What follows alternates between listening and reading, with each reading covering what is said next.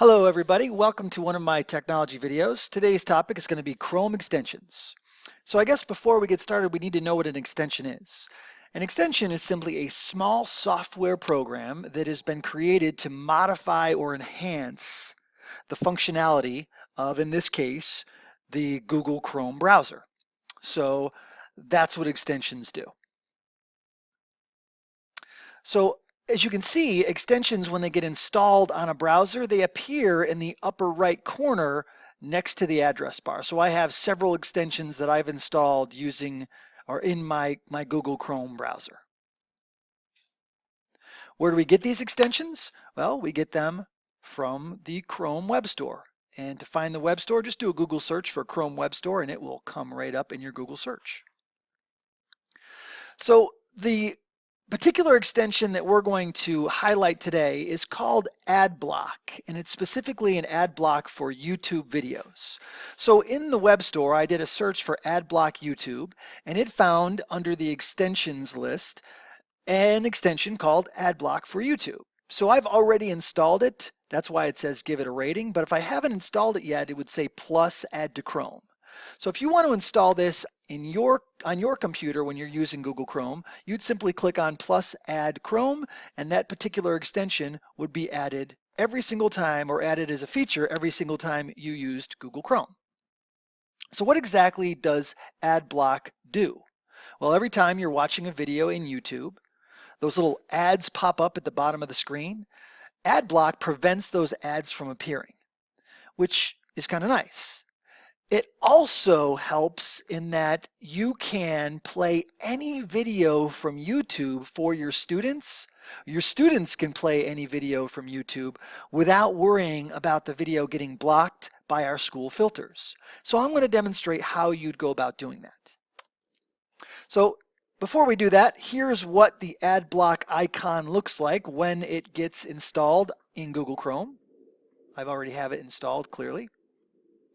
So here's what we're going to do. I went to YouTube and I found a video. This is actually a video that I made, but it doesn't have to be a video you made. You can find any video that you'd like to share with your students, maybe assign it for homework, or they can just watch it in class or whatever.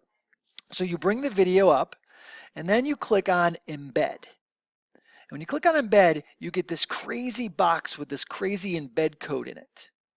The only piece of this embed code that you're going to need is the address, and here's an example of what I'm talking about. Everything from the HTTPS to the very end of the address. You do not include the quotation marks. So you highlight that piece of code from the embed code. Then we go into our Google Classroom and we create an assignment. So the assignment that I created was entitled, Let's Learn About Perfect Squares, because the video is about perfect squares. And I gave some direction, watch the attached video for homework and answer the prompted questions in the video on a separate sheet of paper. After that, I pasted that piece of code that I just copied into this bar right here, and I told the assignment that I'm creating a link. So before I was available to even paste that in, I had to click on this little link icon.